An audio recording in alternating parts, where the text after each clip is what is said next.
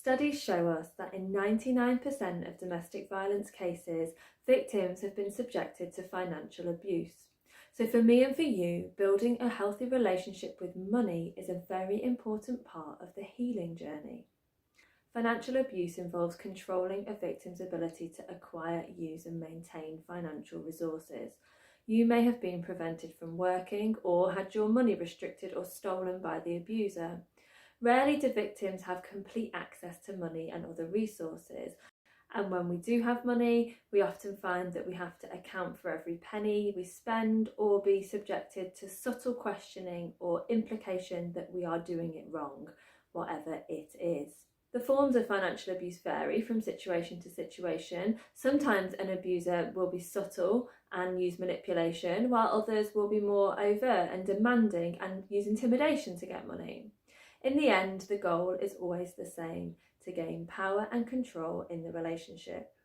As well as restricting money, it is also common to see abusers spend excessively on gifts or holidays in an attempt to buy forgiveness, buy love, or show off to others and hide what's really going on, or to get the victim accustomed to a way of life that makes it very difficult for them to leave.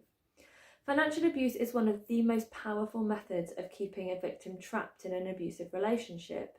Many of us have felt too concerned about our ability to provide financially for ourselves and our children to end the relationship. And financial insecurity is one of the top reasons women return to an abusive partner. In this 21st century world, money is the currency of power, and using it to their own ends is something every abuser does. And it doesn't matter what kind of relationship you had with money when you went into the relationship with the abuser. I know that you have come out with a completely new one, and one that isn't particularly positive. Now, since escaping, you may be enjoying the newfound control over your expenditure, or feel more comfortable knowing that you don't have to have those conversations.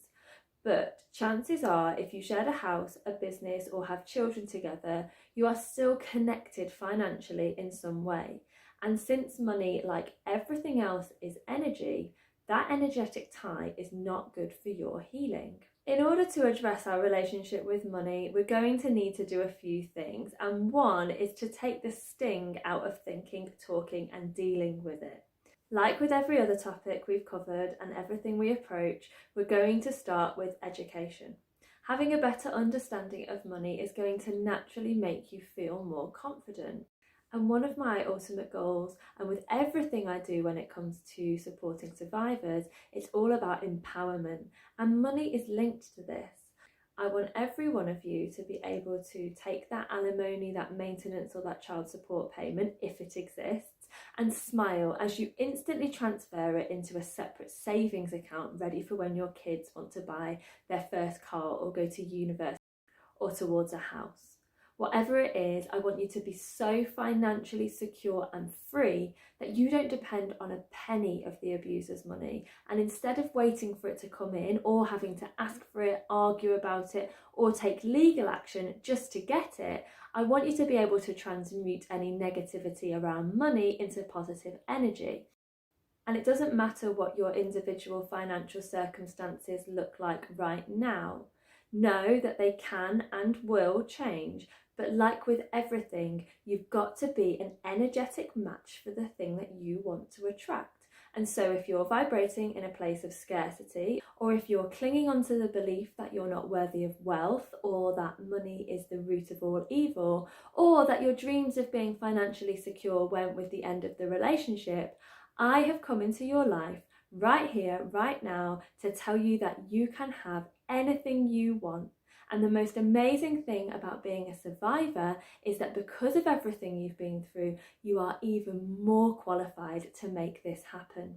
Your resilience, your strength, your ability to see the good in every situation, the way that you can understand what others have been through, the way that you get up, dust yourself off and keep on going in the face of adversity, those are all the things that you need, and you have them in abundance.